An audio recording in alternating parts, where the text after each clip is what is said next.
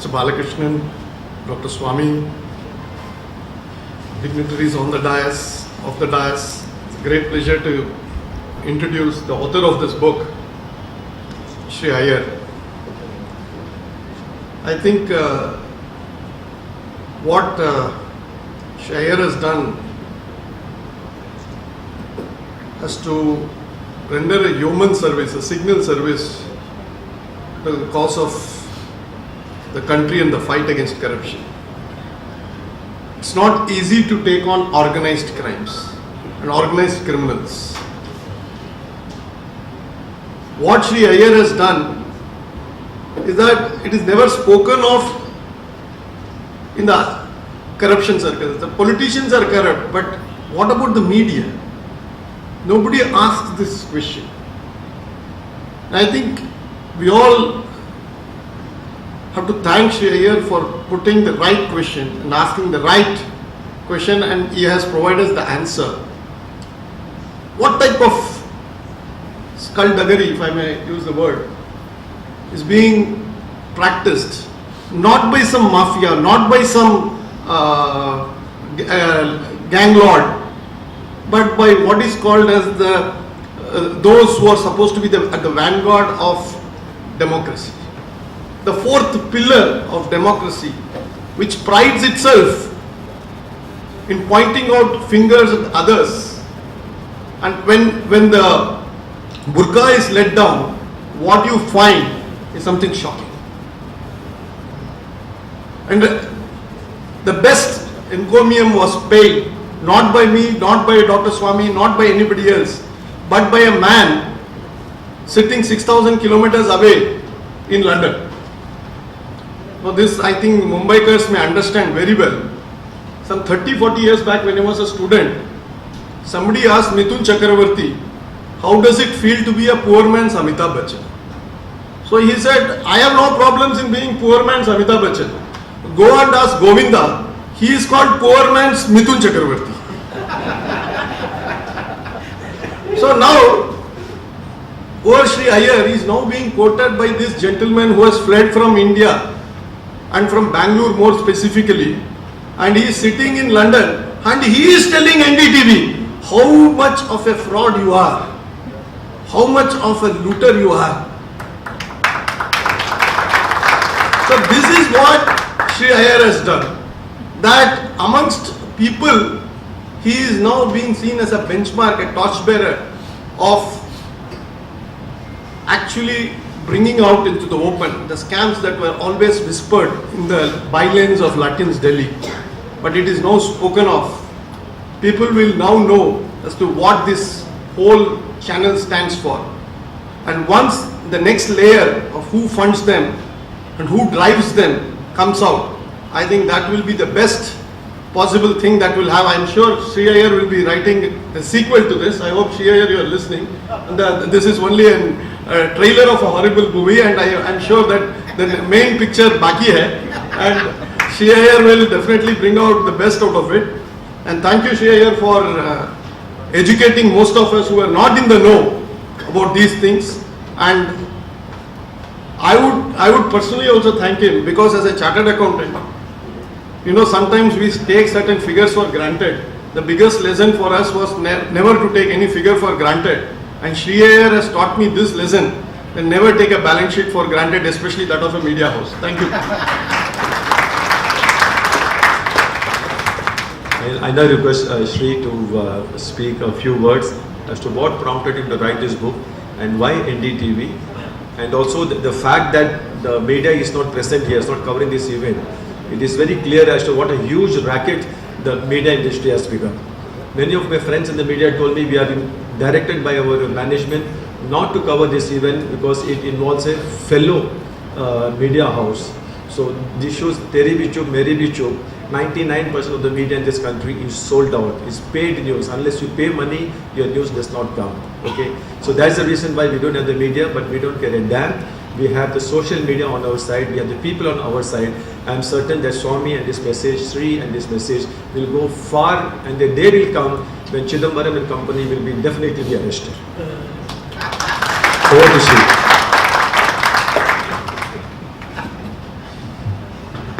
Thank you for that wonderful introduction, MRV, and thanks for your introduction, Bala. Respected senior BJP leader and Member of Parliament, Dr. Swamy, Sri Balakrishnan of Deshbhakt Andolan, Dr. Avisha Kulkarni of Deshbhakt Andolan, National General Secretary of VHS, Sri Jagdish Ji, President of VHS Maharashtra, Sri Ajay Sankhya Ji, members of VHS and dear friends. When we were singing Vande Mataram, I was reminded of the song that we used to sing when I was going to primary school. And this was written by Mayavaram Vishwanatha Shastri, and he wrote it in Sanskrit. And the song goes, Jayati Jayati Bharata Mata. It's a beautiful song. I hope next time maybe you can sing it for variety. So the reason I brought this up is what you see of Tamil Nadu today is not what it was before. In fact, Srinivas Iyengar, who is down from deep south in Tamil Nadu, he's the one who wrote in Telugu a song which has been adopted by the unified state of Andhra Pradesh as their state song. It's called Ma Telugu Talliki Mallepu Danda. You see, so this thing about being part of this great country was there from a very, very long time. What we are seeing now is a temporary phase, and I'm very, very confident that we will return back to our roots in Tamil Nadu. Sorry for that segue.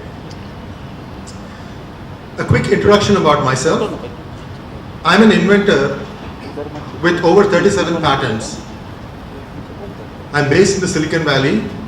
I don't know where you are from California, but today seems to be the day when a lot of people from California are here. I think we've all bitten the India bug. We want to do something for our Janmabhoomi. The site I edit is called P Gurus, and in P Gurus we provide a window to India for all the global Indians. We cover 4 aspects of India. We cover its politics, we cover its culture, we cover its investment, and it's also the business aspects.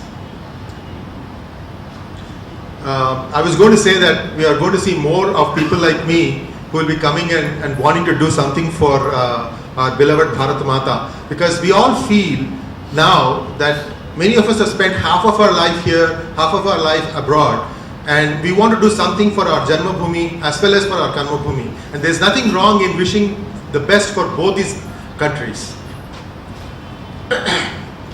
As managing editor of P Gurus, while publishing a series of frauds, tax violations, siphoning of money committed by India's premier TV channel NDTV, an idea struck me as to why not put this out in a book form, simplify the text, because some of our articles were fairly in-depth and perhaps little difficult to understand for the common person. So I decided that maybe the data that I had put out on the site should be collated and construed in the way of a book which explains what this premier TV channel has done. And in my opinion, what this channel did became some sort of a bookmark for the rest of the media networks to follow. So we agree that 99% is sold. Perhaps the genesis of this was in the way NDTV got formed. In the book, I try to ask 3 important questions. The first question is, NDTV practically forced Rupert Murdoch's Star Networks to invest $20 million in NDTV for 5 years running. And what was the reason for that? The interesting thing was, this deal was signed in the house of the then Prime Minister, Indra Kumar Gujral. 1997. Again, 25 years after NDTV was founded, in 2013, the Silver Jubilee anniversary function was held in Rashtrapati Bhavan. Why can't they find some other place? This is a message that NDTV is putting out, that we can do whatever we want with this bureaucracy here. The second question that I asked is, in 2007, a multinational conglomerate called General Electric, which owned NBC Universal, a television station in the United States, and Universal Studios, which is a very big studio company, they invested $150 million into a shell company. The shell company had 0 employees, 0 revenues, and 0 assets. And in a clever plan of layering the money from company 1 to company 2 in over a period of time through various countries. The money ended up in India at NDTV, but they managed to avoid paying taxes. Today, the income tax department has levied a fine of 525 crores on NDTV because they said this whole transaction was a sham. This Monday, NDTV had appealed the ruling and they were going to go to Supreme Court, but for some reason their lawyer was sick, so they're going to be back there on the 10th of April. So if you read this book today, it kind of sets the scene for you to see what is going to evolve in the next few days and weeks to come. And I'm very confident that the law is going to do its job and that you're going to find some of the NDTV promoters being fined for money laundering, tax evasion, stock manipulation and so on. There are 45,000 common stockholders, shareholders in NDTV. And the amount of dividends that have been paid by this company is almost non-existent. Again, this is described in the book as to how much money they compensated for themselves and how little they paid by way of taxes or dividends. Now, the third biggest question, to me, I'm still mystified as to why this is. Even today, the stock of NDTV is at around 70 rupees a share. They've been making losses year after year after year after year. So who is really paying the salaries? There is no money coming from the stocks. So this is a question that I really don't know the answer to, but I'm hoping that in the course of investigation, this answer also will be revealed. So I hope you all will read the book. And one request from me, after you've read the book, whatever you think, positive or bad, negative reviews, I'd like you to go to Amazon.in, look for my name, Sree Iyer, and the book will be there, and you can write a review there as to what you felt was there in the book that you liked and what you didn't like. The reason is these days, social media is a platform to try and promote the product, and when people say that, okay, the 100 people have reviewed it, that kind of helps it find traction. Normally, media would have covered this event, but unfortunately, I'm consistently seeing this is the second place where we are seeing zero media presence. But we are covered well in social media, and I'm getting some help from some unexpected quarters, and so that helps.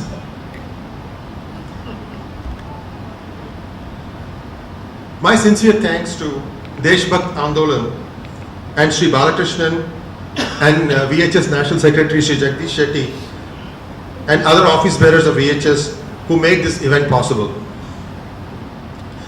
Now, I'm going to talk about the economist, Dr. Subramanian Swamy. We know all his avatars, right? I mean, we know him as an activist, he as a politician, as a member of Rajya Sabha. I would like to cast a bit of a spotlight on his accomplishments as an economist, what he has done for the world at large. Some of you may have read about his paper, which was in index number theory. So why is this paper significant? It's a foundational paper for those people who are looking at the macroeconomic picture of a place. So you can think of, who sets the monetary policy. Like in India, it's the Reserve Bank. In United States, it's the Federal Reserve. They are the ones who set the monetary policy. And if you think about EU, European Union, you have an interesting situation there. You have many countries, they all have the same monetary unit, but each one follows its own fiscal policy. I mean, if there was anything that was, the disaster in the making, this is it. I don't know if it is true or not, but I can imagine somebody borrowing money from Germany and then taking it and investing it in Greece and making the money off of just the difference in interest rates. I'm not sure it's happening or not, but I'm just saying. But the EU, when it models all its economics, the macroeconomics, they use Dr. Swamy's index number theory papers extensively. I've written about this in P Gurus. I know it's a little bit hard to understand. It was hard to understand for me too when I wrote about it. But it is important that he had contributed such a significant thing about macroeconomics to this society. I'll give you some examples of the practical applications of this. Supposing you have a dozen oranges and you have a kilo of grapes. See, the entities are different. You don't buy a dozen grapes, and nor do you buy 1 kilo of oranges. Typically, we buy, dozen oranges. Now, how do you assign weights to this so that when you compute the overall contribution of such disparate entities, what is the procedure for that?